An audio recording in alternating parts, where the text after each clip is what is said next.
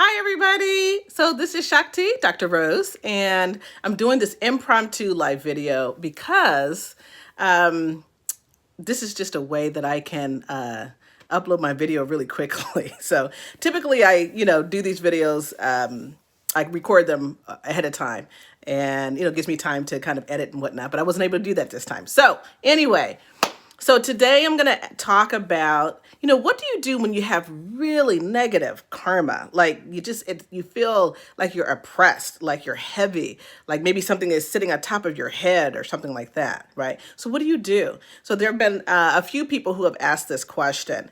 And what I'm going to do to you is talk about 3 ways that you can deal with really heavy duty negative karma. So the first way has to do with chanting mantras. There's certain archetypes that are very good at getting rid of negative karma. The first one is Ganesha.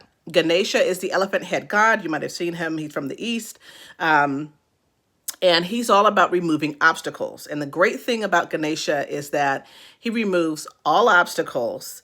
It doesn't, or all negativity. So it doesn't matter where it's coming from, if it's planetary, if it's from your space, your neighbors, whatever, he removes all of that. He is the great obstacle. He's known as the obstacle remover. He's popularly known as the obstacle remover, but he removes all types of negative karma. So you can chant a Ganesha mantra. And in the description of this video, I will provide some links to audios where you can download these mantras and you can play them as audios and listen to them and things of that nature. Okay. So that's number 1 is Ganesha. Number 2 is Durga. Durga, you probably have seen a picture. She is a goddess from the East, particularly India, I believe. She might be in other countries in the East as well. I don't know. But you may have seen an image of her sitting on a lion or a tiger, and she has 8 arms. And in each arm, except for maybe one, or each hand that she has a weapon. There's a little bit of mythology behind it, but the basic of the mythology is that there was, some demon that was attacking the gods and making life miserable and horrible, and the gods couldn't defeat it. And so they put their weapons together, and up rose Durga. Okay, so she has like all the weapons of the gods and whatnot. And I've even heard that she will even fight battles against demons. So demons are just negativity, right? It's negative karma. Remember, negative karma has to do with your thoughts. Primarily, it's in the brain. That's what Dr. Pillai talks about. And I have other videos that, explain a little bit more about what negative karma is. But anyway, I heard something about her. She'll even sip wine while she's while she's destroying demons. She just has that kind of finesse about dealing with demons. But she's really good. Her mantra is doom. Her what we call a seed mantra or a bija mantra is doom. Okay.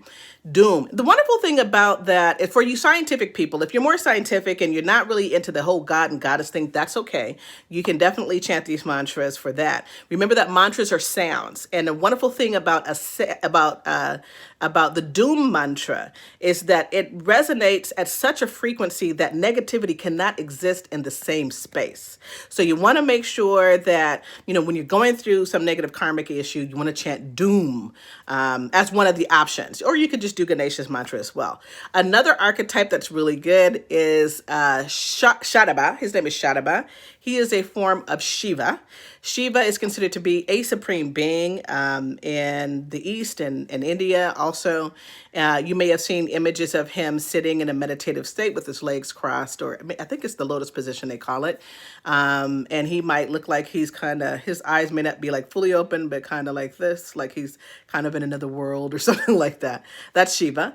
You might also see like a crescent moon on his head, and he's wearing a tiger type skin. Okay, kind of very modestly dressed, I guess.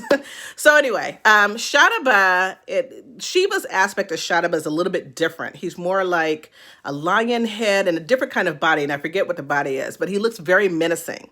And the great thing about the Sharaba mantra is that, as Dr. Pillai explains, it is like a nuclear bomb to negativity, okay? Like if you really need to eradicate some stuff and, heavy duty things, like, for example, I've heard of people who have had, possible ghost or something, going on in their homes, or maybe someone has the evil eye or has put something on you or whatever it is, or maybe you're just having a really bad day and it just seems like nothing is going well, then you want to chant the Sharaba mantra. My favorite Sharaba mantra, it has been put to music, and it is offered in an album called Dancing with Shiva. And I have played that. My personal experience is that I've played that mantra with music about 3 or 4 times. I was having a migraine headache, actually, and it really brought the pain of that migraine down a lot. So that's another option. So as I said, so these are 3, I'm going to give you 3 ways. This was just number 1.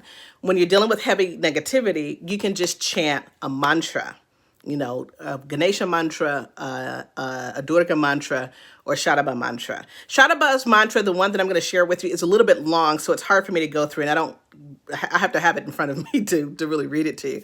But I will provide the what it is and a helpful video to help you learn more about it. Okay? So another thing that you can do is to, let me take a look at my notes really quickly here, is to perform a karma removal technique, okay? So Dr. Pillai has given out 2 he's given out a lot of techniques, but there are 2 karma removal techniques that are really good, and I would recommend them anytime you're experiencing some heavy duty karmic issues. The first one is the lime rolling technique. I do have a video about it. I'm going to do a really brief description, but please watch my video called the lime rolling technique so you can learn more. Basically, there are certain things that in this world that serve as what we call a surrogate. Okay, it serves as something to absorb or take on your negative karma. Limes and lemons, flowers or flower petals are such objects, right? So you would take a lime, for example, and you would roll it, put it in your right hand, and you roll it around your head. You can either touch your head or not, or just have it nearby. Roll it around your neck and your shoulders, and some people also do their heart. Other people will, if they're experiencing physical pain, they will take the lime and they will put it on the area where they're feeling pain. If you have a headache, that's great. Or if you're having joint problems, you can do that. Okay. And then you take the lime and you cut it in half with a knife, and then you throw it away. All right. Now you want to throw away this thing. You don't want to ingest it or eat it or put it in a cocktail drink and do something like that, because you're just bringing the karma back into you. So the purpose is to get rid of it. You want to make sure you separate the edible limes and lemons versus the ones you do for karma removal. Separate those 2. Okay.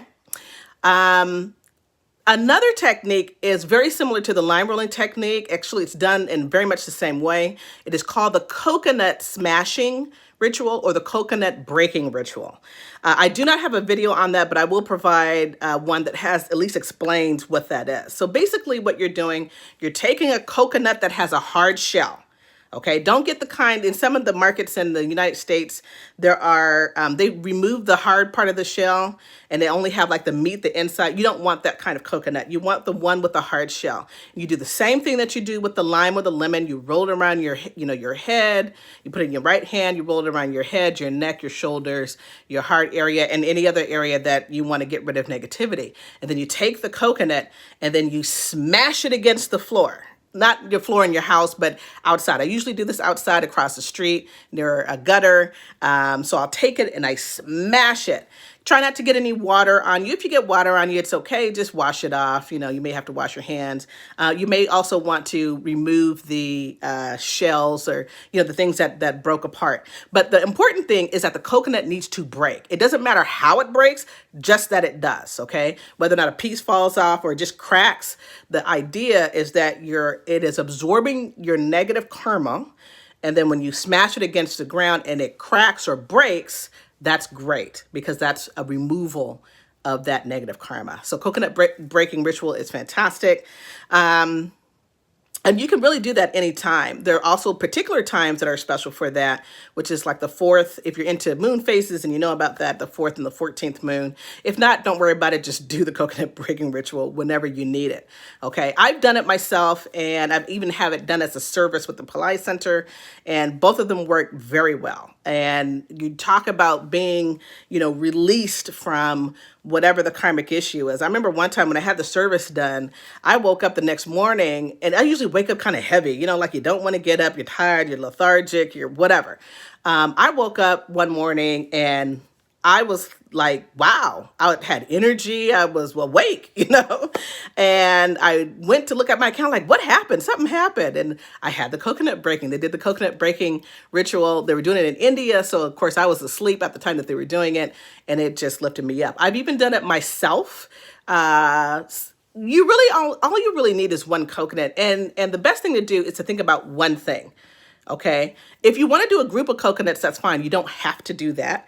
But I've done a situation where I've done 5 coconuts or 10 coconuts on a particular night. And you really do feel just kind of release, right? You feel better. So a karma removal technique like the lime rolling ritual or the coconut breaking, coconut smashing ritual, that's great. You can also use a pumpkin. Okay, so you can use a coconut or you can use a pumpkin as well. It doesn't have to be like a real big pumpkin, like they do for Halloween, like we just had Halloween the other day. You could do a smaller pumpkin, anything that's, just a small size fits into your hand, and then you take and you smash it against the ground. And yes, you want to do that outside. You do not want to do that inside. It gets kind of messy. Now, if you can't break it against something, because some people live in certain areas where they can't do that, what you do is you take the coconut or the pumpkin, you put it in a plastic bag, take a hammer. So the next thing, the third option, and this is something that I actually just went through myself. And the third option is to allow this karmic issue to come up and be expressed. I know this is a harder way to deal with that, the harder way to do that, because you have to go through the ugly experience of the feelings, the pressure, the crying, the sorrow, the pain. But there are times when you really need to be able to let that up and let it be released. In another video, I talked about how karma is like a garden. When you're chanting mantras, you want to create something. You want something new to happen. You want something different to happen. And that's great. But also in your garden, there are a lot of weeds, and the weeds are the karmic issues that you have. And you have to take the time to uproot those. And sometimes they may have very deep roots. So, the mantra, whether you do a mantra, whether you do a ritual, that's fine. But sometimes you need to allow yourself the time to release that karmic issue. And let me give you a good example. So just yesterday, I had like 24 hours of just a lot of pain. And it was just a pain that came up. Now, in all honesty, I'm not going to get into a lot of details about it because it's private, but I was participating, or I was doing certain activities that made me suppress my emotions. Just to give you a little information about myself, my father had passed away about 2 years ago. But prior to that, he really degenerated over a decade actually. He had a degenerative condition. I helped to take care of him as well as other members of my family. We had a caregiver as well. But when you go through something like that over a long period of time, it really does something to you. And then he did pass away. Thankfully, he's not experiencing any more pain, but it does something to you as a caregiver. And there's a lot of pain, there's a lot of sorrow, there's a lot of emotions. And then there are some other things in my life that I just haven't accomplished yet at my age, and that came up. And I had to take the time to allow that to come up and be expressed. Now, I still do prayers. I'm a person, as I said, I work with, gods and goddesses. At the time that all of this happened, I've been doing a midnight prayer to the goddess. I've been praying and meditating and visualizing and things of that nature. And I continue to do that all throughout the process. And it didn't magically alleviate it, but I realized that that I needed to go through this process because I've been doing things that have been really suppressing all of my emotions, and it was time to let them up. So since I stopped participating in certain activities that I was doing to suppress my emotions, they naturally came up. So sometimes you got to do that. And, a lot of times we are, how can I put it? We act like everything is okay, right? I said this in a video where at work, there were certain tasks that I really didn't like to do, but I was okay with it. It's okay. I'll do it. I don't really like it, but whatever, right? But during a particular time, I realized I really don't like doing this activity.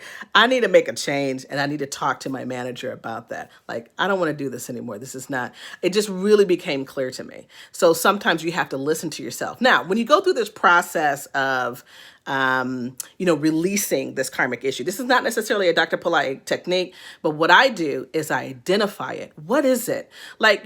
It could be something that happened outside of you, right? A person said something, you discovered something, you read something, somebody made you upset, some situation makes you upset, like your bank account or the lack of money in your bank account, whatever it is. It is not your outward circumstance that's the problem. You are responding in it with this. You are responding to this somewhere up here in your mind, and you got some negative thinking that's going on. So sometimes you have to take the time, take the opportunity to find out what is driving this. Name it. What are you feeling? What's going on? What is it that you're thinking? And when I do that, and I do my prayers to any of the god or goddesses or whoever it is that I'm close to, I just let it out. This is what I'm thinking. This is what I'm feeling. I don't like this. It's painful. Why am I going through this? Even if I'm upset with the god and goddess and I feel like I've been chanting your mantra for a long time and nothing is happening, sometimes you gotta let that up, because sometimes it could be different kinds of feelings of lack of love, feeling of being abandoned, feelings, all kinds of stuff, it could be fears and doubts and things of that nature. And I really, truly believe that you have to give that a name and allow that to come up, okay? So, like I said, that's not necessarily a Dr. Polite technique, but that's a third thing. So let me do a really short recap. So 3 things that you can do to get rid of negative heavy karma. 1 is chant a mantra, a Ganesha mantra, a Durga mantra, or Sharaba mantra. 2, you do a karma removal technique. There is a line rolling technique, and line rolling you can do every day, or you can do it as often as you can, or the coconut breaking technique. That's another one that you could do. 3, allow the karmic issue to come up and be expressed. Because if you're a person like me who suppresses things, and we all do that on some level, or with certain issues, allow it to come up. Identify what it is. What is it that it's not just what's happening outside of you, but identify what are your thoughts? What are you thinking? What's going on up here? Okay? And if you want to, add a prayer to a god or goddess, or then chant your mantra if you want to do that. So that's fine too. Okay. Well, I hope this was helpful to you guys out there. Like I said, this is an impromptu live video. If in the future, I'll try to give you guys a heads up, but this was like the fastest way I could get a video up to you. Namaste. Have a wonderful, wonderful weekend. Now, if I can just turn the video off. It's not working. Oh, there we go.